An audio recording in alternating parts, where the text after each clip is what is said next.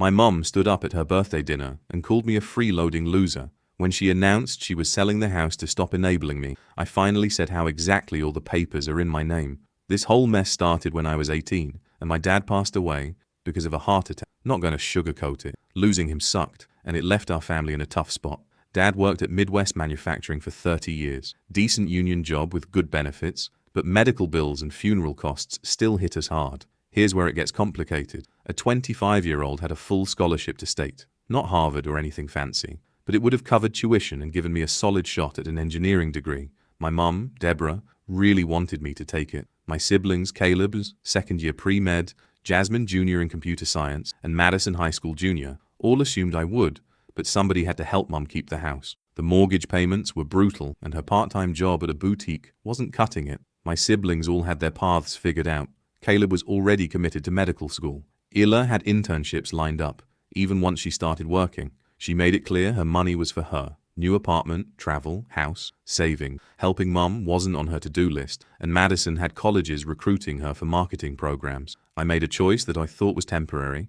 I deferred my scholarship for a year and got into the tool and die apprenticeship program at Dad's old plant. The pay was decent, better than anything else I could get, with just a high school diploma, and I figured I'd help Mum get stable, then go to college the following. That's where the first crack started showing. Mum appreciated the help, but she also started getting weird about it. She'd make comments like, "Your father would be so proud that you're taking care of the family," but then turn around and ask when I was planning to get serious about your future. Mixed messages that left me confused about what she actually wanted. My siblings were worse. Caleb would make jokes about me playing house with Mum. Illa kept sending me job listings for entry-level positions with growth potential, like I was unemployed instead of learning precision and working 45 hours a week. Madison started telling her friends I was taking a gap year to figure things out, which wasn't exactly wrong, but felt dismissive. The worst part was family dinners. They'd talk about their classes, their 5-year plan, and then the conversation would stop when they got to me. Like learning to operate CNC in precision measurement wasn't worth discussing. When I'd mention stuff happening at work, they'd nod politely. After 6 months, I tried to address it directly. I told Mom I was thinking about applying for spring admission, maybe starting college the next semester. She got this panicked look and said, "But what about the house payment? What about the bills? I can't handle all this alone." So I stayed another semester, then another. Meanwhile, Caleb was posting about his MCAT prep. Jasmine was getting job offers from tech companies, and Madison was visiting college campus. The resentment started building on both sides. They felt like I was choosing the easy path instead of pushing myself. I felt like they were happy to let me sacrifice my plans, as long as it didn't affect theirs. 2 years in, I finally put my foot down. I told Mom I was going back to school the following period. I'd saved enough to cover her expenses for a few, and it was time for me to focus on my own future. That's when she dropped the guilt bomb. "I guess I'll have to sell the house then. I can't afford it without your help, and I don't want to be a burden on Caleb when he's starting medical school." Caleb, who was sitting right there, didn't offer to help. Neither did I, who was making good money at her tech job by then. They just sat there while Mum made it clear that my leaving would force her to give up the family home. So I stayed, and I started getting angry about it. But here's what really started eating it. I wasn't just paying bills, I was funding their lifestyles. Caleb's medical school expenses. I was covering his car payment and insurance so he could focus on studies. Layla's student loans from her computer science degree.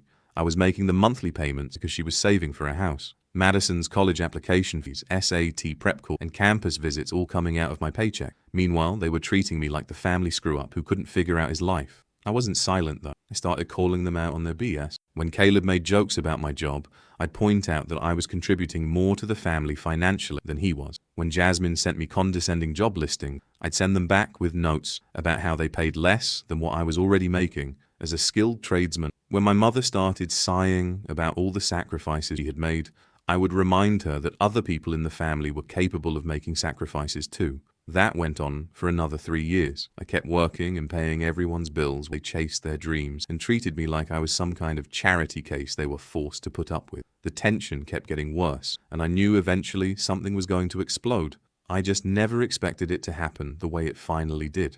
By the time I turned 23, I had been supporting my family financially for 5 years, and I mean really supporting. I was not just helping with groceries and utility bills. Let me show you the numbers because I started keeping track of everything. I was paying 60% of my mother's mortgage, which was $1,200 every month. I was covering Caleb's car payment and insurance, which came to $420 a month. I was paying Layla's student loans, which were $380 every month. I was paying more than $600 a month for Madison's college expenses, including tuition assistance, books, and emergency costs. I was also paying $290 a month for the family health insurance because I was the only one who had decent coverage through my job. On top of that, I was paying for house maintenance and repairs, which usually cost anywhere from $200 to $500 every month. Altogether, I was paying almost $3,000 a month. Meanwhile, I was living in the basement, driving a 12-year-old Honda, and eating whatever food was available at work every day.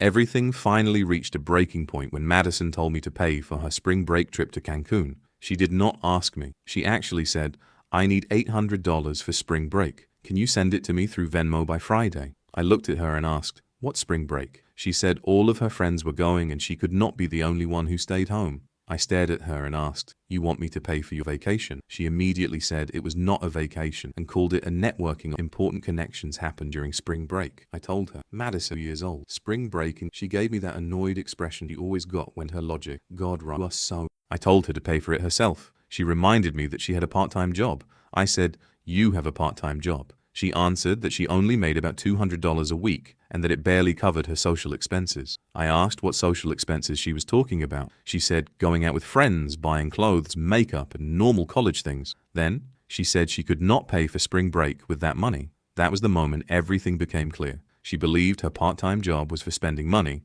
and my full-time job was supposed to pay for her real expenses. All of them believed that. I looked around the table at my family. Caleb was nodding like Madison's request was completely reasonable. Jasmine was scrolling through her phone and barely paying attention. My mother was doing what she always did during money conversations, staying quiet so she could later say she had never asked me for any. I looked at Madison and said, "No." She blinked and asked, "What do you mean no?" I told her I was not paying for her spring break trip. She said she had already told everyone she was going. I told her she had better figure out how to pay for it herself. She turned to my mother and said, "Mom, are you listening to? Say something." My mother sighed and said, "Ryan, come on. Madison works hard in school, and it is not like you cannot afford that." I told her that I worked hard too, and nobody paid for my vacation. Caleb pointed out that I never took vacation, as if that proved something. I told him that was because I was too busy paying for all of their lives. The room became completely quiet. Jasmine finally looked up from her phone and asked, "What is that supposed to mean?" I told them it meant I had been supporting this family for 5 years, while all of them acted like I was the one with no ambition. I reminded Caleb that I was paying for his car.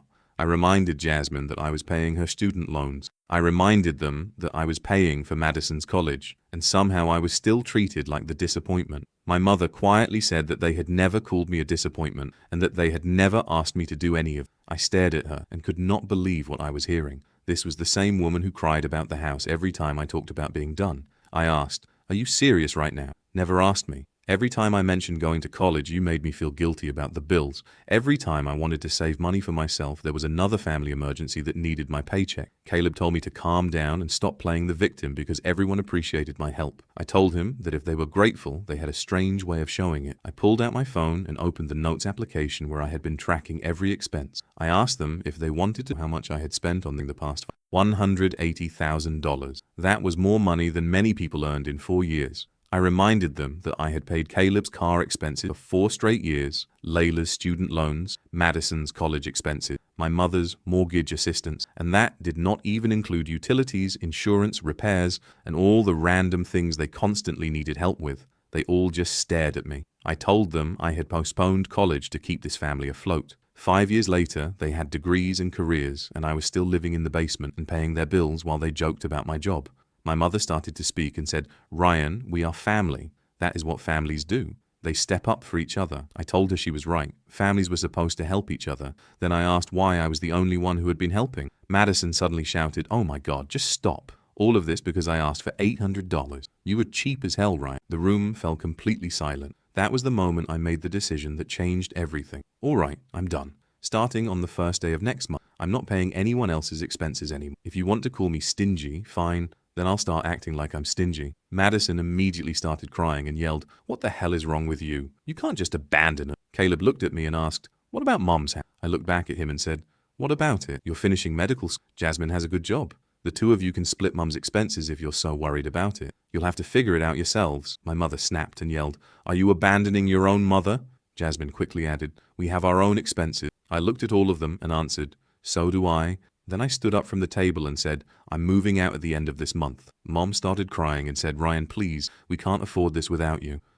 I looked at her and said, then maybe you should have treated me like your son instead of treating me like a bank account. That was the moment everything completely fell apart. The 3 weeks between my announcement and the day I moved out were unbelievable. They went through every stage of grief except acceptance. By the end, they had settled on anger. At first, they acted like I was not serious. My mother kept asking if I really meant it about moving out and stopping the finance. She kept saying things like, once you calm down and think about it, you'll realize family comes first. After that came bargaining. Caleb told me he could help me manage my money better so I could continue supporting everyone. Jasmine suggested that I should only help with emergencies instead of paying regular monthly expenses. Madison promised that one day she would pay me back if I would just keep covering the rest of the college costs. Caleb started making sarcastic comments about how I was abandoning the family when they needed me the most. Jasmine complained to anyone who would listen that I was selfish and ungrateful. Madison completely stopped talking to me, which honestly made life a little easier. But my mother was different. She was not going to let this. Her 55th birthday was coming up, and she started planning a huge celebration. She was talking about a big party with lots of guests, and kept saying she had important news to share and that it would be a night everyone would remember. At first, I did not want to go, especially after everything that had happened, but she kept insisting. She sat down with me and said, Ryan, what happened was wrong. We are sorry we did not realize how much pressure we put on you. I want you at my birthday party. Do not bring a gift if you do not want to. Just come and let's make things right. I promise everything will be exactly the way you want it. And of course I believed her. After years of guilt and manipulation, I still wanted to believe my mother. That was my mistake. I should have known exactly where this was heading. I went to Tony's Italian that night just like she asked. I did not bring a gift. I only brought myself. There were about 30 people, including church friends, neighbors, some of my mother's co-workers, and the usual crowd of middle-aged suburban people who loved family drama. About halfway through dinner, my mother stood up and raised her glass. She thanked everyone for coming and said she wanted to make an announcement she had been thinking about for a long time. I immediately knew something was wrong. She said that everyone knew she'd been blessed with 4 children, that 3 of them had made her incredibly proud because of their dedication to success and strong family values. As she said that, she looked directly at Caleb, Jasmine, and Madison. People around the room smiled, nodded, and made those approving sounds that always happened at family gatherings. She continued by talking about each of them. She said Caleb was finishing his medical degree and preparing for residency. She said Jasmine had recently been promoted to senior developer at her technology company. She said Madison had graduated magna cum laude and had accepted a competitive marketing job. The room responded with polite applause. Then my mother's expression changed completely. She said that she wanted to talk about accountability and tough love. She said that sometimes parents enabled their children's poor decisions by continuing to support them when they should be learning independence. Then she said that she had made the difficult decision to stop enabling her son's lack of ambition. She told everyone that I had been living at home for 5 years, refusing to pursue higher education or career advancement, and that I was satisfied working the same trade job while my siblings had built successful careers. The room became completely silent. I could feel every single person to look at me. Then she announced that she was selling the house and moving into a smaller condominium. She said it was time for me to learn what real independence looked like without the safety net that had supposedly been holding me back. Mrs. Whitmore from church looked confused and asked, Deborah, what about Ryan? Where is he going to live? My mother smiled that fake sweet smile she always used. She wanted to sound reasonable. She said I was a grown man with a job and that she was sure I would figure it out. Then she added that sometimes tough love was exactly what children needed to reach their potential. People around the room started nodding. They were actually believing her story about the lazy son who had been living off his mother and needed to be forced into independence.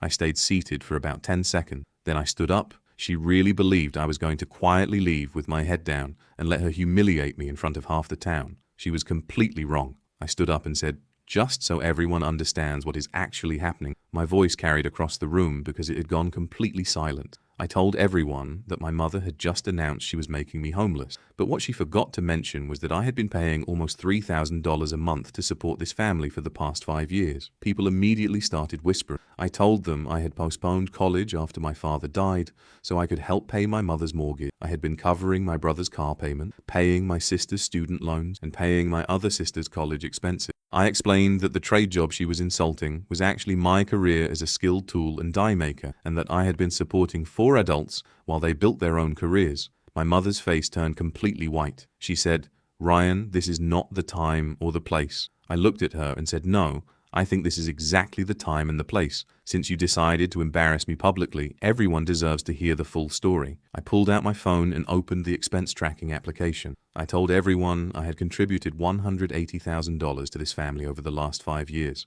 While my siblings were in college and graduate school, I had been working 50-hour weeks running precision so everyone else could stay afloat. The room was buzzing now. People kept looking back and forth with my mother who were watching a tennis match. I told them that 3 weeks earlier I had informed my family I was done being their personal bank account, that I was moving out, and that I was ending all financial support. I said this party was not about tough love. It was about revenge. Caleb tried to interrupt me and said I was being dramatic. I told him I was being honest, which was more than I could say for any of them. Then I looked directly at my mother and said, "You want to talk about accountability? Let's talk about it. You have been living off your son's paycheck for 5 years. That ends today." Then I walked out and left my entire family sitting there in front of 30 people who had just learned what had really been happening for the last 5 years. When I drove home, my key did not work, exactly as I had expected. There was a note taped to the front door. It said my belongings had been placed in storage unit 47 at secure storage on Maple Street, that I had 30 days to make other arrangements, and that this was what was best for me. The thing they did not know was that I had already prepared for this. I had an apartment ready, the first month's rent was already paid,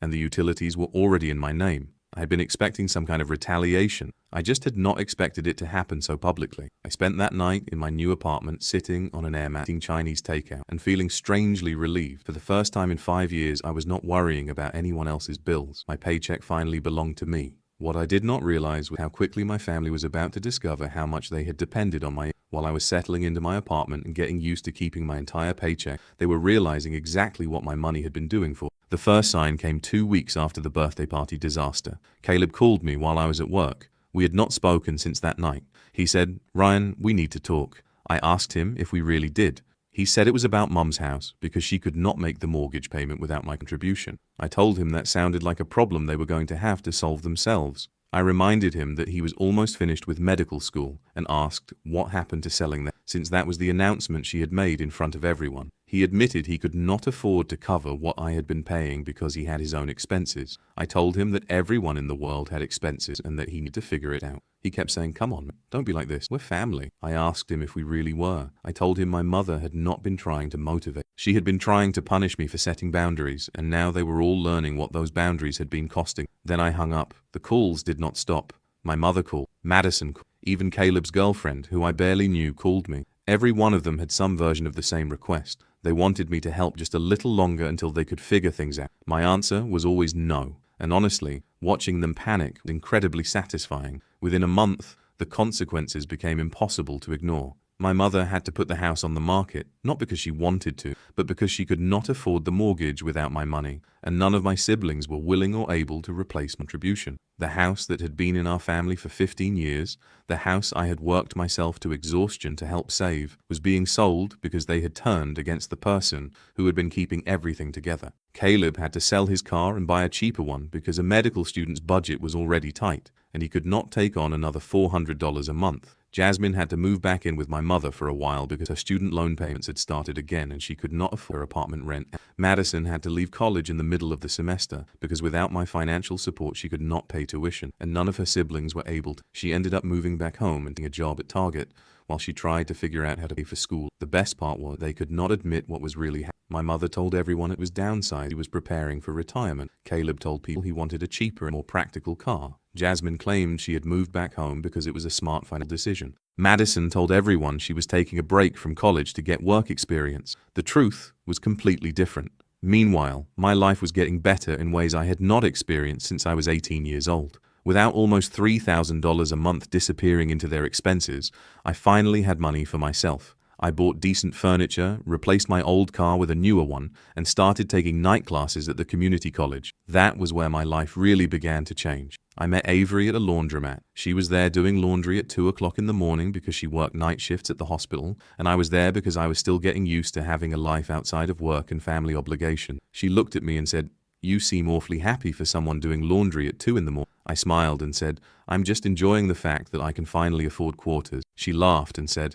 That is either incredibly sad or there is a really good story behind it. I told her it was definitely a good story. That was how I ended up telling a complete stranger everything about my family, the years of financial manipulation, and the way they had tried to humiliate me publicly. Avery listened without judging me. She asked thoughtful questions, and when I finished, she said something that stayed with me. It sounds like they did you a favor. Now you know exactly what your relationship with them was worth, about $3,000 a month. After that, we started spending time together regularly. We would get coffee after her shifts, have lunch on weekends, and talk for hours. It was easy being around someone who did not expect me to sacrifice my life for everyone else. A few months later, after we had been dating seriously for a while, she asked me about my family. Do you ever hear from them? I told her that I did occasionally, but usually only when they wanted money for something. She looked at me in disbelief and asked, "They still ask you for money after everything that happened?" I told her that desperation had a way of making people shameless. She was quiet for a moment and then asked what I usually said to them. I told her I did not say anything because I simply did not answer their calls anymore. She smiled and said, "Good. They made their choice. Now they get to live with it." That was the moment I knew I was going to marry her. For about 8 months after I cut them off, my family mostly left me alone. I thought they had finally accepted that I was not coming back to finance their lives. I should have known that would not last. Everything started again after I got promoted to lead tool and die maker at the plant. Someone from our hometown saw my promotion mentioned in the company newsletter and apparently told my family about it. Suddenly the messages started coming again. They were not contacting me directly because they knew I would ignore them. Instead, they used everyone around me. Old high school classmates I had not spoken to in years suddenly started messaging me. One of them said, "Hey Ryan, I ran into your mom at the grocery store. She seemed really sad that you two are not talking. Maybe you should call her." My mother's church friends would approach me at the gas station and tell me she talked about me all, that she was so proud of my promotion and that she would love to hear from me. Even some of my co-workers were being approached. Layla's former college roommate somehow found out where I worked and called my supervisor pretending she wanted to network when she was really trying to get information at my job and my personal life. Every message had the same theme. My family missed me, regretted what had happened, and wanted to make things right. But there was one thing none of them ever did. They never contacted me directly to apologize or admit what they had done. Avery noticed the pattern before I did. One night, after I told her about another convenient encounter, she said, "They're running a campaign." I asked her what she meant. She said they were trying to wear me down through social pressure, that if enough people kept telling me my family missed me, eventually I would start feeling guilty for keeping my boundary. She was absolutely right. The constant stream of messages was exhausting. It was not because I missed them. It was because I was tired of having to explain why I had no interest in reconciling with people who had treated me the way they did. Then things escalated. My mother started showing up everywhere she knew I would be. She appeared at the grocery store where I shopped every Sunday morning, at the coffee shop near the plant, and even at the community college where I was taking night classes. Somehow she always happened to arrive right when I did, and she always made sure there were other people around. She would call out loudly, "Ryan, oh my God, I can't believe I ran into you. I've been hoping I would see you." The first time it happened, I was completely caught off guard. Before I could react, she grabbed me and hugged me tightly, while loudly telling everyone how much she had missed me. People around us were staring. She kept saying, "We need to sit down and talk, sweetheart. I know I made mistakes, but family is family." I pulled away from her and said, "There's nothing to talk about." The change in her face was immediate. Tears filled her eyes, and she put on that deeply wounded expression she always used when she wanted everyone else to think I was the cruel one. She said, "I don't understand why you're being so cruel. I'm your mother." I looked at her and said, "At this point, you're my ex-mother." She did not like hearing that at all. She looked at me like I had just done something unforgivable. I turned around and walked away, but I could still hear her talking loudly to the other customers about how difficult everything had been and how she was desperately trying to reconnect with her ungrateful son. The exact same thing happened 4 more times over the next month. After the 5th time she showed up to corner me, I finally reached my limit. I called her and said, "Stop stalking me." She immediately answered in that innocent voice and said, "I don't know what you mean." I told her that she did not shop at that grocery store, she did not drink coffee, and she definitely was not taking classes at the community college. I said she was showing up in those places specifically to ambush. She insisted that she only wanted to see her son. I told her the truth. She wanted to manipulate me in front of other people, so I would look like the bad guy for having boundaries. She was silent for a few seconds. Then she quietly said, "I miss you." The fake innocence disappeared from her voice. She admitted she had made a mistake and claimed she was trying to fix it. I told her she had made a series of mistakes over several years. She asked if I was really going to punish them forever over money. I said yes. She was quiet again before asking, "Then what do you want from me?" I told her, "Nothing." That is what you still don't understand. I do not want anything from you. I want you to leave me alone. She said she could not do that because I was her son. I told her that she should have treated me like her son when she had the chance. Then I hung up and blocked her number. Blocking her did not stop anything. It only made them more desperate. 2 weeks after I blocked my mother, they crossed a line that made me realize just how far they were willing to go to get their financial. Avery came home from work one afternoon looking angrier than I had ever seen her. She told me that my sister Jasmine had called her supervisor at the hospital. I put my coffee down and asked her what she meant. Avery said Jasmine had introduced herself as my sister and claimed she was concerned about Avery's professional judgment because she was enabling self-destructive behavior. I asked if Jasmine had actually tried to get her in trouble at work. Avery said yes. Jasmine had suggested that someone working in healthcare should not be supporting a man who was estranged from his family because of supposed mental health issue, and that maybe Avery's supervisor should look into the situation. They had tried to make it sound like I was unstable, and that Avery's relationship with me reflected poor judgment. The implication was that she could not be trusted with patient care. I asked what her supervisor had done. Avery told me her supervisor had immediately said that her personal relationships were none of the hospital's business unless they affected her work, which they did not. Then she looked at me and said, "Ryan, your sister tried to interfere with my career. That crosses a line." She was absolutely right. Going after Avery's job was not just harassment anymore, it was deliberate sabotage. Avery looked at me and said, "I'm done being polite about this. If they want to play hardball, fine." That was when she told me she had been documenting everything. Every message sent through other people, every convenient encounter, every escalation. She had been building a complete case file without even telling me. She opened a folder on her laptop and said, "I've been documenting everything they've done for the past several months. Every boundary violation, every manipulation, every escalation, including the attempt to interfere with my career." The folder was incredibly thorough. It contained screenshots of messages from people they had used to contact me, photos she had taken when my mother conveniently appeared at places I regularly visited, and even a recording of one of my mother's public emotional scenes. She had started recording once she noticed the pattern. I asked her what she planned to do with all of it. She said she was going to organize everything into a timeline and send it to them with a very clear warning about what would happen if they did not stop. I looked at her and said, "That's incredibly attractive." She rolled her eyes and told me to shut up. The next evening she spent hours putting together what she called the full documentation. It was organized, professional, factual, and devastating. It laid out a detailed timeline of everything they had done over the previous 6 months, complete with evidence and supporting statement. Then she sent it to all four of my mother, Caleb, Jasmine, and Madison. Her message was calm, polite, and absolutely firm. She wrote that the documentation represented 6 months of escalating harassment directed at both of us. She pointed out that their behavior had progressed from indirect pressure to direct interference with our employment and personal relationships. She stated that the pattern constituted harassment under state law. She warned them that if any member of the family or anyone acting on their behalf contacted either of us again for any reason, we would file formal complaints with law enforcement and provide the documentation to the appropriate employers and institutions. She ended by saying that I had made my boundaries clear repeatedly and that it was time for them to respect those boundaries. The reaction came immediately, exactly as Avery had predicted. Caleb called me at work the next day sounding furious. He started yelling that I could not have my girlfriend threatening to ruin their careers. I pretended I could not hear him and kept saying, "What? I can't hear you." I was enjoying the panic in his voice more than I probably should have. He kept saying, "Ryan, this isn't funny. This is insane. We're trying to rebuild our relationship." I continued acting confused and asking him to repeat himself. Finally, he shouted that they just wanted me to come home and that Avery was turning me against my family. I told him, "I am home." Then I hung up and blocked his number too.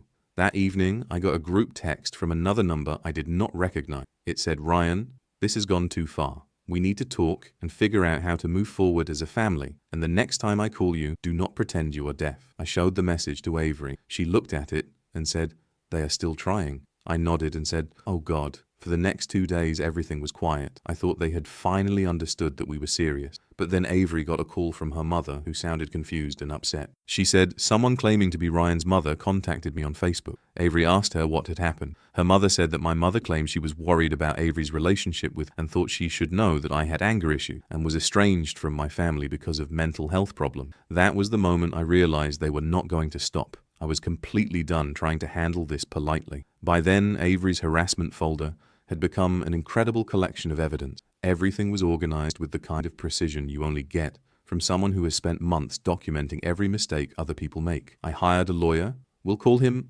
Marcus looked through Avery's documentation for a few and started. He said, "Your girlfriend is unbelievably thorough. I've seen federal investigation with less organization." I laughed and said, "She has a thing for detail." Marcus smiled and said, "Well, that attention to detail is about to become very expensive for your family. We're going to prepare a defamation lawsuit and a restraining order, but first we'll give them one opportunity to settle this quietly. If they refuse, we'll pursue everything." The defamation lawsuit sought $50,000 in damages for emotional distress, harm to professional reputation, and the consequences of their false statement. The restraining order would legally require them to stay 500 feet away from us, our home, and our workplaces. Jasmine was the first one to be served at her office. According to one of her co-workers, who Avery knew through mutual friends, Jasmine completely lost control when the process server handed her the papers. She kept saying, "He's suing me for trying to help him. I was only worried about his girlfriend's judgment." Apparently, she spent the rest of the day crying at her desk and calling everyone she knew to complain about how unfair the whole thing was.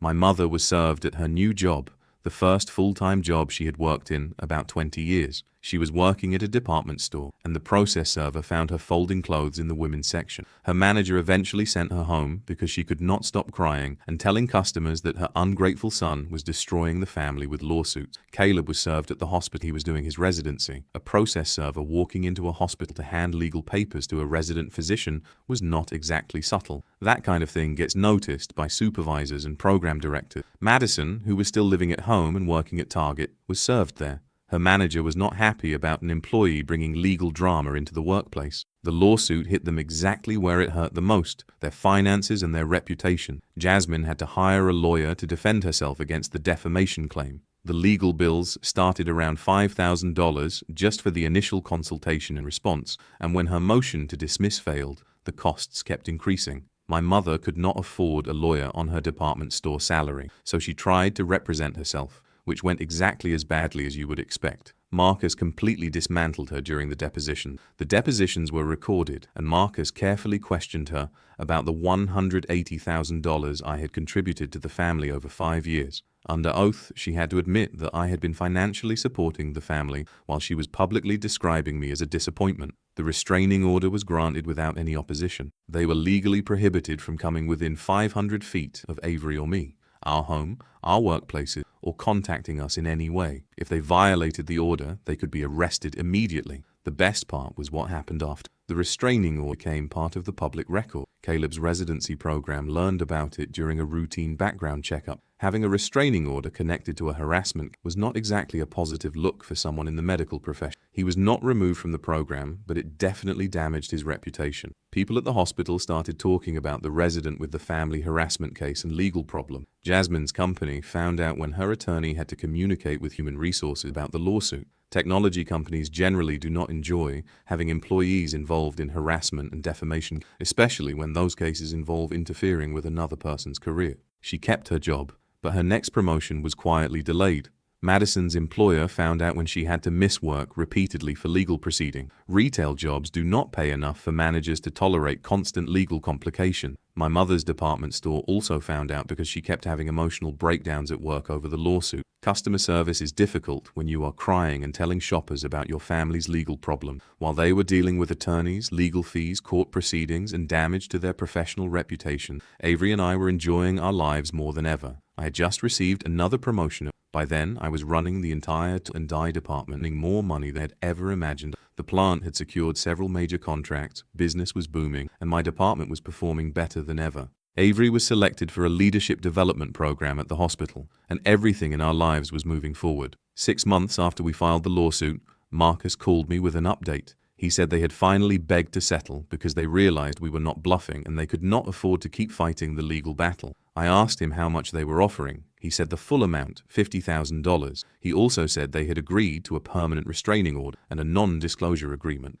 They would not be allowed to talk about Avery or me to anyone ever again. I asked. He was telling me they were actually paying us $50,000 to make all of this disappear. Marcus laughed and said they were paying because the legal fees were destroying them and the restraining order had already started affecting their jobs. They simply could not afford for the case to continue. I thought about it for maybe 3 seconds and said, "Deal." The settlement check arrived on a Tuesday.